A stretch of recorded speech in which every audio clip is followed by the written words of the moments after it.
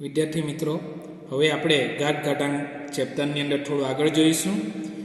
અહીં તમને સંખ્યાઓ આપેલી છે, તો એ સંખ્યાઓને આપણે પ્રમાણિત સ્વરૂપમાં દર્શાવવાનું છે.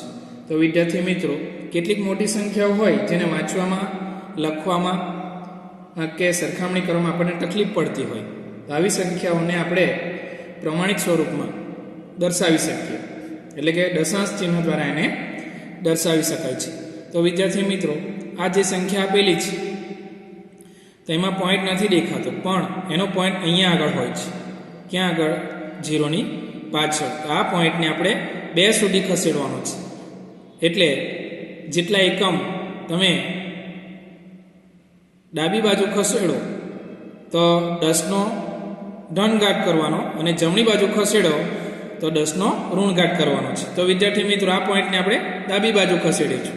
કેટલા એકમ? 1, 2, 3, 4 ને 5. એટલે 2.16 ગુણ્યા તમે જેટલા એકમ ખસેડો તેટલો તમારે 10નો ઘાત કરવાનો. તો આપણે 1, 2, 3, 4 ને 5 એકમ ખસેડો એટલે 10નો કેટલો ઘાત થશે? 5 ઘાત. વિદ્યાર્થી મિત્રો, એટલે આ સંખ્યા પ્રમાણિત સ્વરૂપમાં ફેરવાઈ ગઈ છે. તે રીતે બીજી સંખ્યાઓ જોઈએ તો એનો પોઈન્ટ પણ ક્યાં હશે? પાછળ. તો આ પોઈન્ટને આપણે અહીંયા સુધી ખસેડવાનું છે, ડાબી તરફ. એટલે 1, 2, 3, 4, 5, 6 અને 7 એકમ ખસે. એટલે 10નો કેટલો ઘાત થશે? 7. એટલે આ પ્રમાણિત સ્વરૂપમાં ફેરવીએ તો 1.524 ઇન્ટુ 10⁻⁷. એટલે 10નો કેટલો ઘાત થશે? 7 ઘાત થશે. બીજું એક આપેલું છે કે પ્રકાશની ઝડપ તમને આપવામાં આવે છે, જે મીટર પ્રતિ સેકન્ડમાં છે. તો અહીંયા આગળ જે છે એ સંખ્યાનો પોઈન્ટ પણ અહીંયા હશે. તો એને આપણે આ પોઈન્ટને ડાબી બાજુ ખસેડવાનો છે. ડાબી બાજુ ખસેડો તો 10નો જે ઘાત હોય એ તમારો ધન હોય છે. એટલે 1, 2, 3, 4, 5, 6, 7, 8 એકમ આપણે ખસેડીએ એટલે 3.0 એવું લખી શકીએ ઇન્ટુ 10નો કેટલો ઘાત થશે? 8 ઘાત થશે. તે જ રીતે પૃથ્વીથી ચંદ્રનું અંતર આશરે આપેલું છે. વિદ્યાર્થી મિત્રો, તો આ સંખ્યામાં પણ પોઈન્ટ આપેલો નથી, તો એનો પોઈન્ટ ક્યાં હોય? પાછળ. આ પોઈન્ટને આપણે 3 સુધી લાવવાનો, 3 અને 8 સુધી. એટલે કેટલા એકમ ખસેડવાના? 1, 2, 3, 4, 5, 6, 7 અને 8. એટલે આપણો જવાબ આવશે 3.84467. એટલે આપણે સંખ્યાઓ વિદ્યાર્થી મિત્રો લખી દેવાની છે. બીજું એક આપવામાં આવેલું છે વિદ્યાર્થી મિત્રો, સૂર્યની સરેરાશ ત્રિજ્યા આપવામાં આવેલી છે. આ સંખ્યામાં પોઈન્ટ આપેલો નથી, તો એનો પોઈન્ટ ક્યાં હોય? પાછળ. તો એને આપણે અહીં 6 અને 9ની વચ્ચે લાવવાનો છે. એટલે આપણે કેટલા એકમ ખસેડવું પડશે? તો 1, 2, 3, 4 અને 5 એકમ.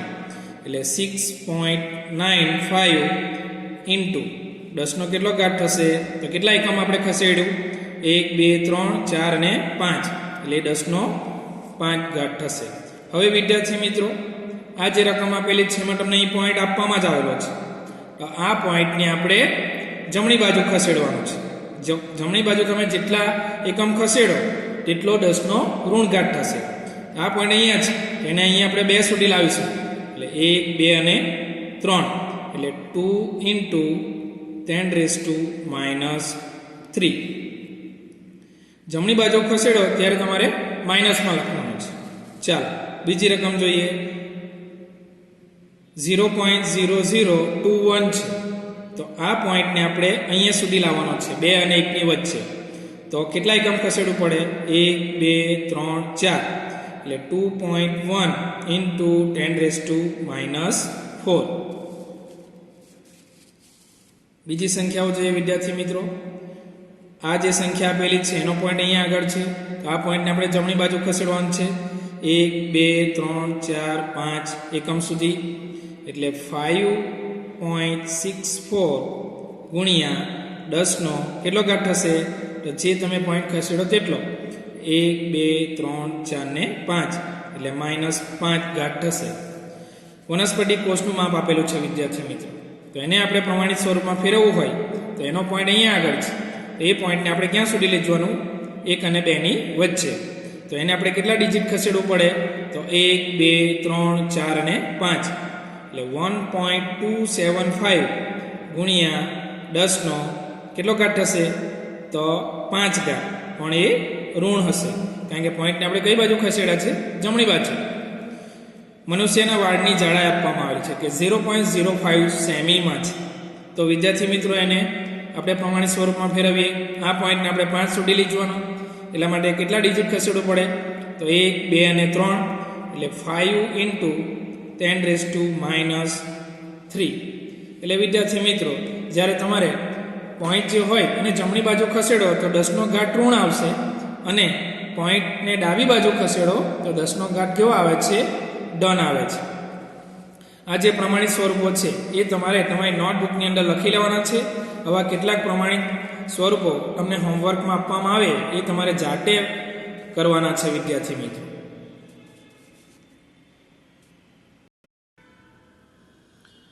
વિદ્યાર્થી મિત્રો હવે આપણે પ્રમાણિત સ્વરૂપમાં આપેલી કેટલીક સંખ્યાઓને સામાન્ય સ્વરૂપમાં ફેરવીશું. આગળના વિડીયોમાં આપણે જોયું છે કે સામાન્ય સંખ્યા હતી તેને આપણે પ્રમાણિત સ્વરૂપમાં ફેરવી હતી. હવે પ્રમાણિત સંખ્યાઓને આપણે સામાન્ય સ્વરૂપમાં ફેરવીશું. તો વિદ્યાર્થી મિત્રો અહીં તમને એક સંખ્યા આપવામાં આવેલી છે 3.02 ઇન્ટુ 10⁻⁶ એટલે 10⁻⁶ ઘાત છે. તો એને આપણે સામાન્ય સ્વરૂપમાં ફેરવવાનું છે. તો 3.02 છે તો એનો પોઈન્ટ કાઢી નાખીએ.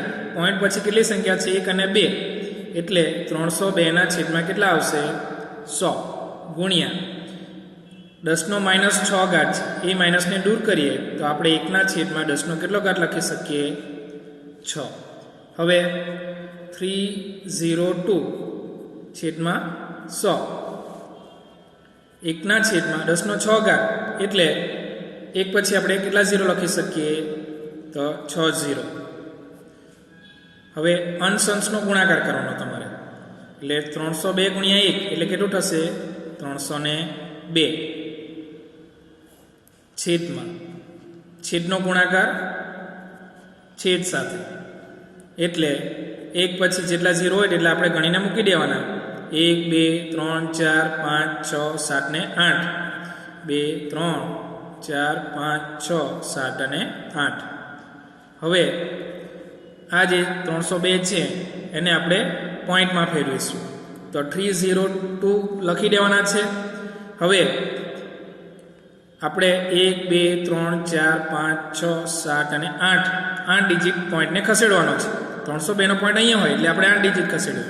એટલે 1, 2, 3, 4, 5, 6, 7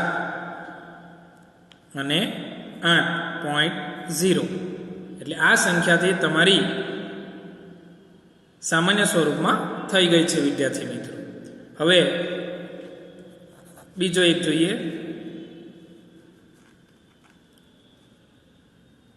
2.02 ઇન્ટુ 10⁻⁻3. તો આનો બી આપણે પોઈન્ટ કાઢી નાખીએ પહેલાં વિદ્યાર્થી મિત્રો. તો 202 છેદમાં 100 થશે ગુણ્યા આ માઇનસને દૂર કરીએ તો 1ના છેદમાં 10નો કેટલો ઘાત થશે? 3. અંશ-અંશનો હવે ગુણાકાર કરવાનો. તે પહેલાં 10નો 3 ઘાત એટલે